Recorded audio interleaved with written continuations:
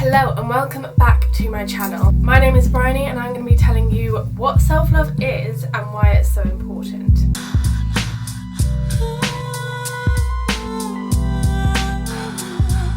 But first, iced coffee. If you watched my video 2 weeks ago, you'll know that I have decided to give up one of my iced coffees a day as one of my New Year's resolutions. However, this is my second one of the day. It's not going well.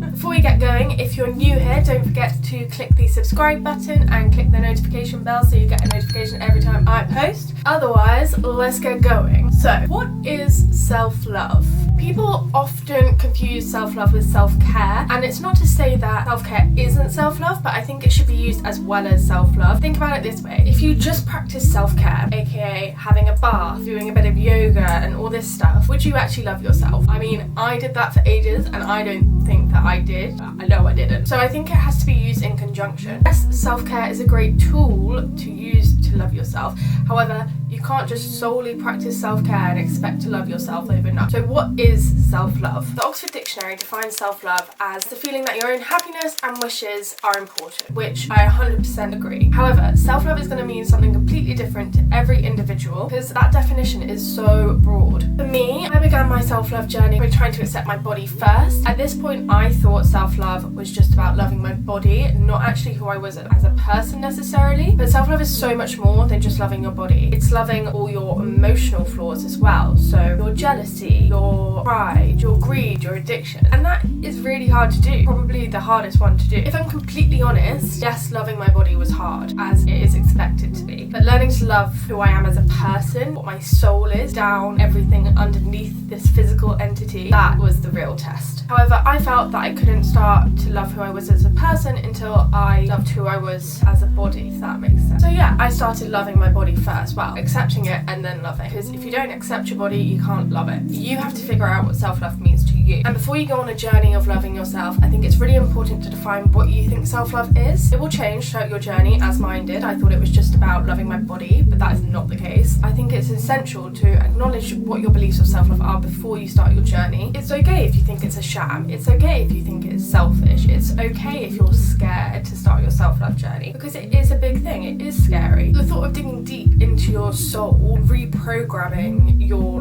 source data is scary. If you are nervous or are scared about starting this journey because you don't know what you'll dig up or whatever, think of it as an experiment. Give it a try. After all, what have you got to lose? You might as well go for it. Just try it out. And if it doesn't work for you, then try something different. It really worked for me, and I know the effects it's had on other girls. I don't know about boys because I don't really know any boys at the moment.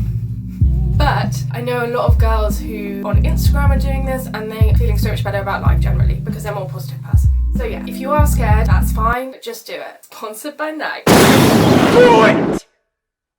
Just do it!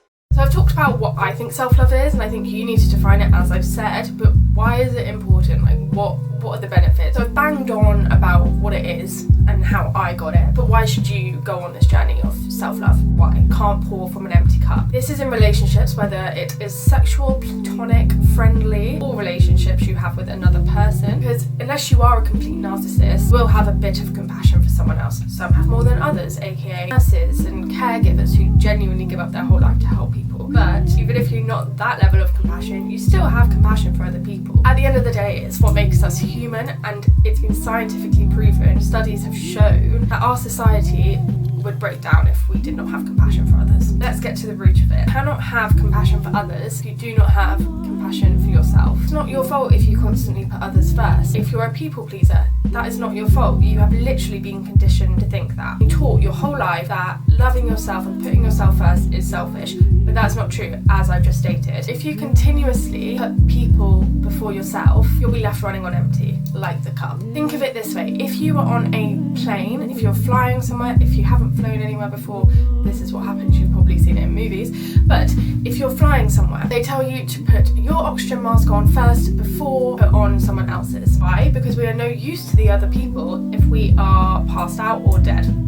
Simple. AKA, we're no use to the other person if we haven't fulfilled our needs first. If you didn't put your mask on first, you would pass out, most likely, and then you wouldn't be able to help anyone. So if you transfer this analogy to the concept concept of self-love means that you cannot help someone love themselves or help someone with their problems until you sort out your own stuff first. Simple. Also, often we search for a relationship to fill a gap within ourselves. We form these relationships because we think they'll make us whole, because we're missing something. Receiving compliments and admiration from someone is fleeting. What if that person left your life? You'd probably be left worse than you were before. Self-love means you can fill those gaps without the need for external things. You become less dependent on others to fulfill you, and you don't need someone to make you whole because you have already been made whole by your own love. Instead of needing validation from others, you validate yourself independently. Another reason why self-love is important is your health. This might sound weird because like, how can loving yourself make you super healthy, blah, blah, blah. But when you love yourself, you want the best for yourself. Just like when you love a partner, you want the best for them. Instead of working out from a place of hate for your body, you start working out from a place of love for your body. So instead of working out because you want to lose weight and like you hate all the fat on yourself and blah, blah, blah, you work out because it makes you feel good and you know that your body needs to move and be active and get you endorphins and make you happy. Completely different. You love your body, so you're making it work out. Instead of going on diets and restricting food groups and things like that, you start eating intuitively, listening to your body and seeing what it needs, because you know that you have those cravings for a reason. It's not just like, oh, I really want a sandwich right now because whatever. No, your body wants a sandwich because it hasn't got any carbohydrate in it, so it needs energy to move and do the things that takes you through life. The final reason why I think self-love is important is success. Try and imagine a successful person. They're looking in the mirror and they're saying, oh, I hate this about myself. I hate that I do this. I hate that I do this. No, because successful people don't do that. When you don't have love for yourself, your chances of being successful decrease rapidly. Become a more positive person, and that means you have a positive outlook on life. For example, if you come across an obstacle in life, whatever it is, and you think, oh God, like that's really bad, like I'm just going to give up like now because I'm really negative about it, then you have no chance of succeeding. That's cut. However, if you spin it and turn it into a positive one, basically saying, okay, yeah, that was a flaw, but I've learned from it, I'm going to change it, I'm going to do something different now, or I'm going to try even harder to get it because now it's kind of like a competition with myself, you have a chance of succeeding. I'm not saying loving yourself is definitely going to make you succeed, because no one can guess that, it's the universe.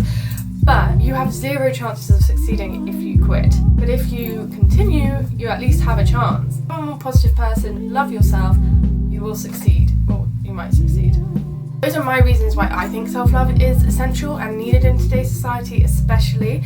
Let me know yours in the comments because I'd love to know a few more. Let me know what your thoughts on it is in the comments, whether you think success, health and relationships are different. If you love for yourself still, whatever, let me know. But I just want to finish by saying that self-love is different to everyone. It means something different to everyone, and one person's interpretation will be completely different from the next person's interpretation because we are all individual and we are unique thinkers. So just be patient with yourself, and if you are embarking on your journey of self-love, congratulations, it's the first step to admit that you want to start loving yourself. It might sound weird, but it is difficult. And if you've made it this far, don't forget to click the like button and the subscribe button, and I will see you next week for another vlog.